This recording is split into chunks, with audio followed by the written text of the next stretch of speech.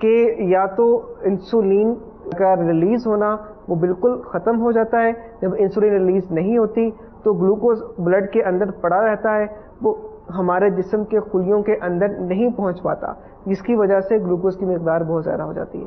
اور دوسری وجہ یہ ہوتی ہے کہ کسی وجہ سے انسولین ریزسٹنس پیدا ہو جاتی ہے، یعنی کہ انسولین اپنا کام صحیح طرح سے نہیں کر پاتی.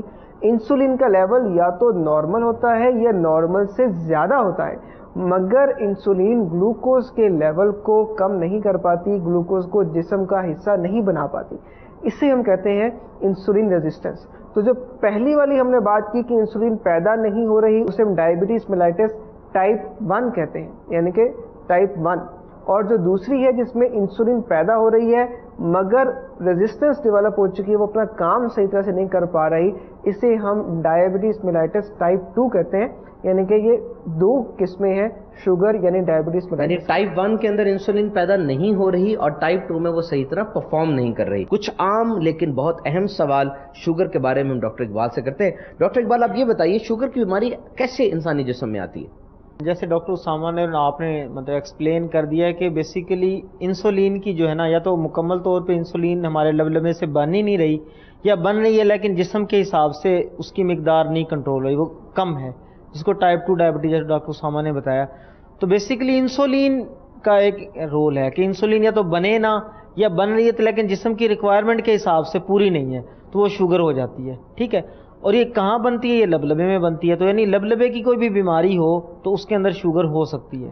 ٹھیک ہے، اس کے علاوہ یہ کہ لبلبہ تو ٹھیک ہے، وہ انسولین بنا رہا ہے، لیکن انسان جو ہے نا مطلب ہے کہ موٹاپا آ گیا ہے. ٹھیک ہے، اس طرح انسان نے چکنائی والی چیزیں زیادہ کھائی ہیں، کاربوہائیڈریٹ بہت زیادہ کھائے ہیں. ٹھیک ہے نا، جس کی وجہ سے جو لبلبہ اپنا کام تو کر رہا ہے لیکن وہ اتنی انسولین بنا رہا ہے، لیکن ہم نے اتنی زیادہ چکنائی جسم میں جمع کر لی کہ وہ اس کو کنٹرول نہیں کر پا رہا شوگر کو، تو اس لیے جو ہے نا شوگر ہو جاتی ہے. یعنی یہ وجہ ہو سکتی ہے کہ لبلبہ جو کہ انسولین کو بنانے کا سینٹر ہے وہ پراپرلی پرفارم نہیں کر رہا. ڈاکٹر سامہ کیا زیادہ میٹھا کھانے سے بھی شوگر ہو جاتی ہے؟ دیکھیں، زیادہ میٹھا کھانے سے شوگر کا تعلق اس طرح سے ہم بنا سکتے ہیں کہ کاربوہائیڈریٹس ہوتے ہیں جو ہم میٹھا بیسیکلی کاربوہائیڈریٹس ہیں، کیلورک ویلیو ان کی ہوتی ہے.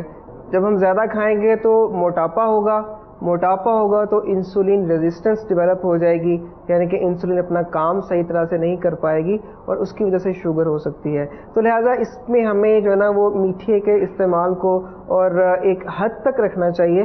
ایسا نہیں کہ آپ بالکل اس کو چھوڑ دیں، بالکل ختم کر دیں. ایک حد تک رکھیں، ایک مناسب مقدار کے اندر اس کا استعمال رکھیں. اپنے آپ کو موٹا نہ ہونے دیں، ایکسرسائز کرتے رہیں اور اپنی ڈائٹ کی جو کیلوریز ہیں ان کو خیال رکھیں، ان کا اپنی ریکوائرمنٹ کے مطابق ان کا جو حساب لگا کر اس کے مطابق اپنی ڈائٹ کو ایڈجسٹ کریں تو انشاءاللہ عز و جل شوگر سے یہاں پہ ڈاکٹر بچاؤ سامہ رہے نے گا. جو ایکسرسائز کی بات کی، میں ایک انٹرسٹنگ فیکٹ اپنے ناظرین سے شیئر کرتا چلوں کہ انسولین کا کام آپ نے سن لیا، وہ یہ ہے کہ گلوکوز کو جسم کے مختلف حصوں تک پہنچانا، اور یہ پیدل چلنا یا واک کرنا یہ اتنا امپورٹنٹ کام ہے کہ پیدل چلنے سے یہ گلوکوز خود بخود خلیہ تک پہنچ جاتی ہے. یعنی یہ پیدل چلنا یہ انسولین کا کام کرتا ہے. تو ایکسرسائز ضرور کیجئے، اور اگر آپ کو کوئی ایسا مرض نہیں ہے یعنی گھٹنے کا، پاؤں کا درد کا، آرتھرائٹس کا یا کوئی ایسا مرض نہیں ہے تو واکنگ کو ضرور کیجئے. اور اگر آپ کو کوئی ایسا مرض لاحق ہے تو پھر اپنے ڈاکٹر کے مشورے کے بغیر واک ٹائم برسک واکنگ اس کا ڈیسیژن نہ لیجئے. ایک عام سوال ہے ڈاکٹر اقبال کہ شوگر کا مریض کہتا ہے میں کیا کھا سکتا ہوں، کیا نہیں کھا سکتا. کیلوریز انٹیک کا چارٹ ہم اس کو دیتے ہیں، بناتے ہیں، لیکن عام طور پہ سوال بڑا اسٹریٹ فارورڈ ہوتا ہے. میں تربوز کھا سکتا ہوں؟ نہیں کھا سکتا. میں کھجور کھا سکتا ہوں؟ نہیں کھا سکتا. اس کا کیا آپ جواب دیں گے؟ اچھا، اس میں یہ دیکھا جائے گا کہ کچھ ایسی مطلب ہے کہ ڈائٹس ہوتی ہیں جس کی نا کیلریک ویلیو زیادہ ہوتی ہے، اور میڈیکل میں ایک ٹرم یوز ہے گلائسیمک انڈیکس. گلائسیمک انڈیکس کا مطلب یہ ہے کہ اگر آپ یہ چیز کھائیں تو اس سے کتنا جو نا آپ کے بلڈ کے اندر شوگر کی مقدار بڑھے گی. تو ایسی تمام مطلب ہے کہ فروٹس یا خوراک جو کہ ایک دم جسم کے اندر خون کے اندر شوگر کی مقدار بڑھاتی ہیں، ٹھیک ہے نا، تو ان چیزوں سے شوگر کے جو پیشنٹس ہیں ان کو بچنا چاہیے. اب فروٹس میں ایسا نہیں ہے کہ آپ بھی سارے فروٹس آپ کے منع ہو گئے ہیں، ایسی بات نہیں ہے. ہم بلکہ ڈاکٹر یہ کہتے ہیں کہ آپ دن میں فروٹ بھی ہماری باڈی کے اندر بڑے امپورٹنٹ رول پلے کرتے ہیں. وائٹامنز ہوتے ہیں اور بہت سے مطلب اینٹی آکسیڈنٹس ہوتے ہیں فروٹس میں، تو بالکل منع نہیں کرتے، لیکن ایک کوانٹٹی کنٹرول میں رکھنی ہے. یعنی اب شوگر کا جو مریض ہے وہ مطلب کہ جیسے اب مینگو کا سیزن آ رہا ہے تو آدھا آم کھا لے دن میں، یہ کافی ہے. یہ نہیں ہے کہ وہ آدھا کلو 1 کلو آم کھائے تو ڈیفینیٹلی وہ پرابلم کریٹ کرے گا. اسی طرح ہے اگر اس نے ایپل لینا ہے، سیب لینا تو 1 کھا لے دن میں، ٹھیک ہے نا، تو ساتھ کوئی اور فروٹ وغیرہ نہ لے. یہ نہیں ہے کہ وہ مطلب کہ کوانٹٹی سے زیادہ کھا رہے، کیونکہ access of every thing is bad, تو کوانٹٹی سے زیادہ نہ کھائے، دوسروں کی نسبت یہ اس کو احتیاط کرنے کی ضرورت ہے. اچھا اسی طرح اب مطلب ہے کہ روٹی کے بارے میں لوگوں کا کنسیپٹ ہے اچھا جی روٹی تو میٹھی نہیں ہے تو جی میں روٹیاں 3-4 بھی کھا جاؤں، ایسی بات نہیں ہے. روٹی بھی الٹیمیٹلی باڈی کے اندر جا کے شوگر کی مقدار کو بڑھائے گی، تو وہ بھی آپ نے اپنے حساب سے کنٹرول میں رکھنی ہے. چکنائی والی چیزیں بھی کنٹرول میں رکھنی ہے. یعنی ڈاکٹر اقبال کا مطلب یہ ہوا کہ واقعی یہ جو شوگر چارٹ اور کیلوریز انٹیک کا چارٹ ہے اس کو اگنور نہیں کرنا نہیں چاہیے. بالکل بھی نہیں کرنا یعنی جو چاہیے. شوگر کا مریض ہو گیا اپنے ڈاکٹر کی ہدایات کے مطابق چلے. بالکل. اسامہ بھائی یہ رمضان المبارک کا بابرکت مہینہ جاری و ساری ہے، آپ یہ ارشاد فرمائیں کہ ایک شوگر کے پیشنٹ کے لیے سحری اور افطار میں کیا احتیاطیں ہیں؟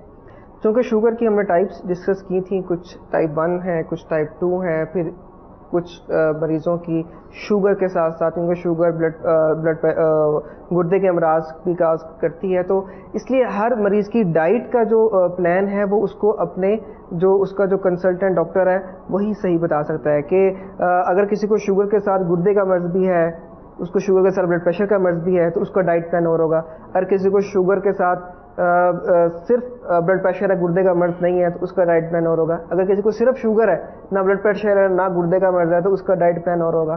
تو اگر ہم ویسے جنرل بات کریں کہ اگر ہم صرف شوگر کو ڈسکس کرتے ہیں تو اس میں سب سے پہلے ضروری بات یہ کہ سحری کے اندر بہتر یہ ہے کہ آپ بہت زیادہ کھانا مت کھائیں. بہت زیادہ اگر آپ کھائیں گے فوری طور پہ آپ کی شوگر ان کنٹرول ہو جائے گی. الٹیمیٹلی آپ کی شوگر نے ایک منیمم لیول پہ آنا ہی آنا ہے اور بھوک کی کیفیت آنی ہی ہے. تو جتنی آپ کو بھوک ہے اس سے تھوڑا سا کم اپنا کھانا کھائیں. دوسری بات یہ کہ وہ ایسی چیزیں جو جن کو ہم کہتے ہیں کمپلیکس کاربوہائیڈریٹس ہیں، جن کے اندر میں نے جیسے ہم آپ کو بتاتے ہیں کہ جو ہول فلور ہوتا ہے، یعنی کہ گندم کو آپ نے پسوایا اور اس سے جو آٹا بنا اس میں سے آپ نے کوئی بھی چیز سیپریٹ نہیں کی، اس کو چھانا نہیں ہے، اس میں سے آپ نے دلی علیحدہ نہیں کیا، کچھ اور چیز علیحدہ نہیں کی، وہ کمپلیکس کاربوہائیڈریٹ ہے. اس آٹے کو آپ استعمال کریں بجائے اس کے کہ آپ جو ریفائنڈ وائٹ فلور ہوتا ہے جو انڈسٹریز میں بنتا ہے اس کو استعمال نہ کریں. دوسری بات یہ کہ جو چاول ہیں، چاول بھی مطلب کمپلیکس کاربوہائیڈریٹس میں آتے ہیں، وہ بھی آپ یوز کر سکتے ہیں. اس کے علاوہ آپ فروٹس یوز کریں، اس کے علاوہ فریش ویجیٹیبلز یوز کریں، اس کے علاوہ آپ ڈیری پروڈکٹس یوز کر سکتے ہیں. آپ دودھ جس کے اندر بالائی کم ہو، اس کے علاوہ آپ دہی کا استعمال کر سکتے ہیں.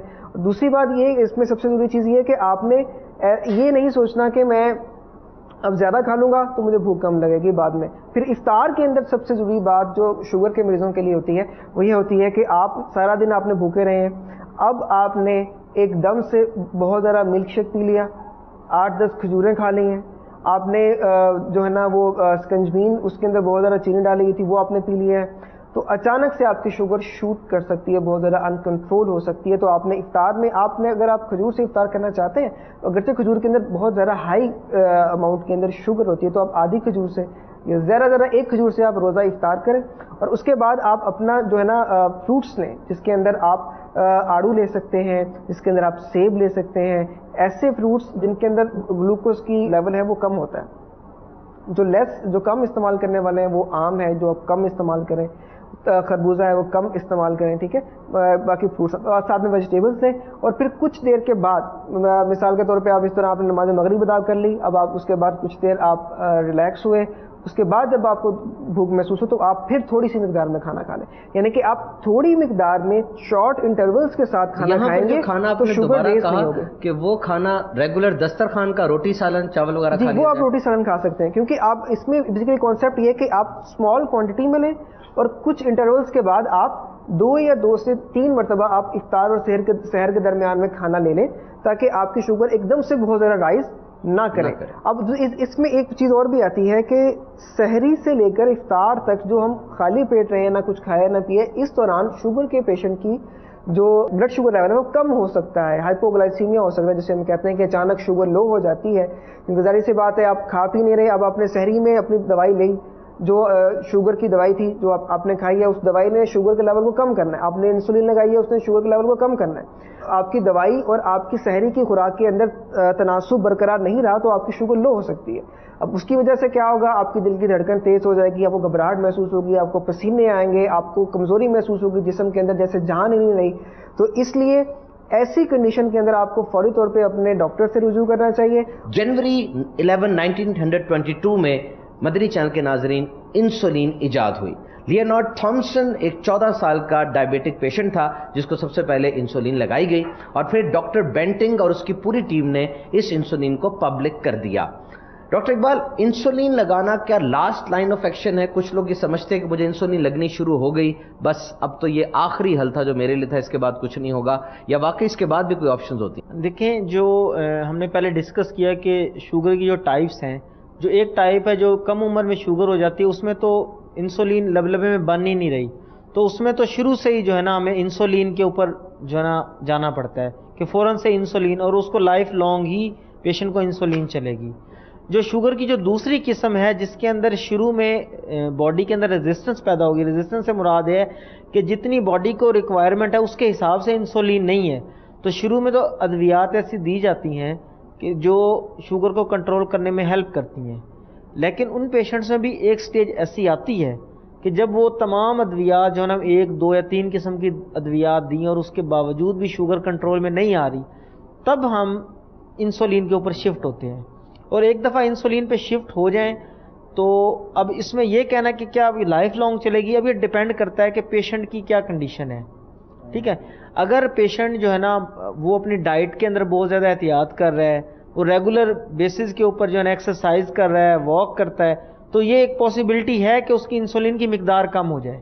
ٹھیک ہے، لیکن بالکل انسولین ختم ہو جائے گی اور پیشنٹ بالکل ریکور کر جائے گا، یہ اس کی زندگی کو خطرہ پڑ سکتا ہے. ایک انسولین والا پیشنٹ کسی بھی صورت ڈاکٹر کے مشورے کے بغیر انسولین کو نہ چھوڑے. ڈاکٹر سامہ، شوگر کے ٹیسٹ کون سے ہوتے ہیں؟ شوگر کے 2-3 ٹیسٹ ہیں. سب سے پہلے تو ہم فاسٹنگ بلڈ شوگر لیول، یعنی کہ خالی پیٹ صبح کے وقت تقریباً 8 گھنٹے خالی پیٹ رہنے کے بعد ہم خون کا ٹیسٹ کرتے ہیں، اس کے اندر شوگر کا لیول چیک کرتے ہیں، گلوکوز کا لیول چیک کرتے ہیں. اس کی نارمل رینج جو ہوتی ہے وہ اگر آپ نے بالکل خالی پیٹ آپ نے رکھا ہے تو تقریباً 126 سے کم جو ہوتی ہے وہ نارمل کی رینج ہوتی ہے. 126 سے لے کر 140 تک کی جو ہے نا وہ تھوڑی سی ان بٹوین کی رینج ہے. پھر اگر اس سے زیادہ ہوگی تو پھر ہم اس کو جو ہے نا کہیں گے کہ اس کو شوگر کا مرض لاحق ہے. اگر کسی کی اس ان بٹوین 126 اور 140 کے درمیان، 126 سے 140 کے درمیان میں آتی ہے، پھر ہم اس کا ایک آگے ٹیسٹ کرتے ہیں جس کو ہم OGTT کہتے ہیں، اورل گلائسیمک ٹیسٹ ہوتا ہے، جس کے اندر اورل گلائسیمک تھریشولڈ ٹیسٹ. تو اس کے اندر ہم جو ہے نا مریض کو ایک پہلے اس کی بلڈ شوگر لیول چیک کرتے ہیں خالی پیٹ، پھر ہم اس کو گلوکوز کی خاص مقدار پلاتے ہیں، پھر اس کی کچھ دیر کے بعد تقریباً 2 گھنٹے بعد دوبارہ شوگر چیک کرتے ہیں، اس کو ہم جو ہے نا وہ پھر چیک کرتے ہیں. یعنی یہ ڈاکٹرز کے جتنے ٹیسٹ ہیں، یہ ٹیسٹ اس کے کروانے کے اگر آپ کے جسم میں ایسی علامات پیدا ہو رہی ہیں، مستند ڈاکٹر سے رجوع کریں. ڈاکٹر سامہ، بچوں میں شوگر کا مرض، آپ بچوں کے ڈاکٹر ہیں، یہ شیئر کیجئے، یہ اس کی کیا نوعیت ہوتی ہے؟ بچوں کے اندر بھی شوگر کا مرض ہوتا ہے. اب سب سے بڑا مسئلہ یہ ہوتا ہے کہ ماں باپ یہ اس بات کو ماننے پہ تیار نہیں ہوتے کہ ہمارے بچے کو شوگر ہے، اور اس وجہ سے وہ بچے کا علاج نہیں کرواتے، جس کی وجہ سے بچہ بہت زیادہ پیچیدگیوں کا شکار ہو جاتا ہے، شوگر کا مرض بہت زیادہ بڑھ جاتا ہے. اب شوگر کا مرض نوزائیدہ بچوں کے اندر بھی ہو سکتا ہے، اور اس کے علاوہ جو ریلیٹیولی بڑے بچے ہوتے ہیں، 5 سال 10 سال کے بچے جو ہوتے ہیں، ان کے اندر بھی شوگر کا مرض ہو سکتا ہے. اور یہ یوزلی انسولین ڈیپینڈنٹ ڈائبٹیز میلیٹس یعنی کہ ٹائپ 1 ہوتی ہے، جس کے اندر ہمیں انسولین دینا پڑتی ہے. اور اس کے اندر بھی علامات وہی ہوتی ہیں جو ہم نے پہلے بتائیں کہ بھوک بہت زیادہ لگتی ہے مگر جسم میں کمزوری محسوس ہوتی ہے، پیاس بہت زیادہ لگتی ہے، پیشاب بہت زیادہ آتا ہے. اس کے علاوہ اگر بہت زیادہ شوگر بڑھ جائے گی تو پھر اس کی وجہ سے پانی کی کمی اور پھر انسان کے ہوش و حواس خراب ہونا، سانس کا بہت زیادہ تیز ہو جانا، یہ علامات آ سکتی ہیں.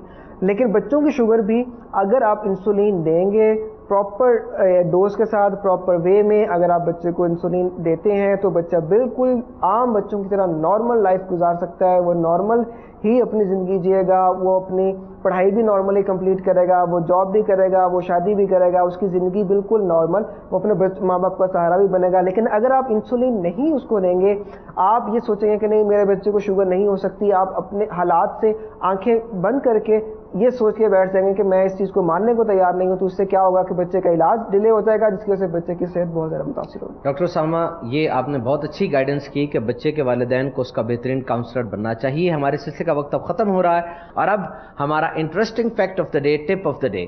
دنیا میں سب سے طویل پرواز کس پرندے کی ہے؟ World's busiest airport. Planes take off and land every 2 to 3 minutes. Difference between planes is 4 to 5 kilometers. This is the safety gap. دنیا کے مصروف ترین ایئرپورٹ کے اوپر جہاز اڑتے ہیں، جہاز لینڈ کرتے ہیں، اور ان دو جہازوں کے درمیان 4 سے 5 کلومیٹر کا فاصلہ ہوتا ہے، جس کو سیفٹی گیپ کہا جاتا ہے. اور یہ سیفٹی گیپ ایک جہاز کے میگنیچیوڈ پر اور مینوریبلٹی کے اوپر ڈیپینڈ کرتا ہے، اور اگر اس کے اندر کچھ خرابی آ جائے سینکڑوں جانوں کو خطرہ لاحق ہو سکتا ہے. لیکن یہ پرندے ہزاروں کی تعداد میں اڑتے ہیں، اترتے ہیں، بظاہر کوئی نیویگیشن سسٹم بھی نظر نہیں آتا. اور بہت سے ایسے اقسام کے جہاز ہیں جو ان پرندوں کے جسم کے ڈیزائن کو دیکھ کر انسپائر کیے گئے، جس میں اسٹیلتھ ٹیکنالوجی جو آج دنیا میں بہت زیادہ عام ہے، یہ الو کو دیکھ کر بنایا گیا تھا. ناسا کا لنگلے پروجیکٹ ہے، اس کے اندر یہ تحقیق لکھی ہے کہ الو کے پر دیگر پرندوں کے پروں کے مقابلے میں سافٹ ہوتے ہیں، اس کے جو ایجز ہوتے ہیں وہ سافٹ ہوتے ہیں، اور الو جب اپنے شکار پر حملہ کرتا ہے تو اس وقت اس کے شکار کو 1 سیکنڈ پہلے بھی پتہ نہیں ہوتا کہ حملہ ہونے لگا ہے، اور وہ چپکے سے جا کے اس کو پکڑ لیتا ہے. اس کی اس ٹیکنالوجی کو کاپی کیا گیا اور اسٹیلتھ ٹیکنالوجی بنائی گئی. اور اب یہ بات کہ دنیا میں سب سے طویل پرواز کس پرندے کی ہے؟ 9 دن اور 9 راتیں یہ پرندہ ہوا میں رہتا ہے. اس کا نام ہے بارڈ ٹیل گوڈویٹ. 11,500 کلومیٹر کا سفر یہ ہوا میں طے کرتا ہے. الاسکا سے اڑتا ہے، نیوزی لینڈ میں اترتا ہے. سائنس کہتی ہے کہ دوران پرواز اس کا آدھا دماغ سوتا ہے اور آدھا دماغ جاگ رہا ہوتا ہے. کتنے ہی سمندر، دریا، زمینیں اس کے نیچے سے گزر جاتے ہیں، کتنی بارشیں، برفانی طوفان کو سہتا ہوا، جھیلتا ہوا، اپنے پروں کو پھڑپڑاتا ہوا while flapping its wings یہ پرندہ سفر طے کرتا رہتا ہے. اللہ کی قدرت ہے اور یہ نشانیاں ہیں. سورہ ملک کے اندر آیا 19 کے اندر فرمایا، اور کیا انہوں نے اپنے اوپر پرندے نہ دیکھے؟ پر پھیلاتے اور سمیٹتے، انہیں کوئی نہیں روکتا سوائے رحمان کے، بے شک وہ سب کچھ دیکھتا ہے. میرے میٹھے اسلامی بھائیوں، بلا شبہ یہ رب تعالیٰ کی شان ہے، یہ رب تعالیٰ کی ذات ہے جو کہ ان پرندوں کو بھی روکتی ہے. وہ قادر مطلق ہے. آج ہم نے شوگر کے متعلق سیکھا اور سمجھا. آئیے نیت کرتے ہیں کہ انشاءاللہ عز و جل اپنی صحت کا بھی خیال رکھیں گے. صحت بہت بڑی نعمت ہے. رمضان المبارک کا میٹھا میٹھا مدنی مہینہ جاری و ساری ہے. مدنی چینل دیکھتے رہیں، خوب خوب عبادت کریں. صلو علی الحبیب صلی اللہ تعالی علی محمد.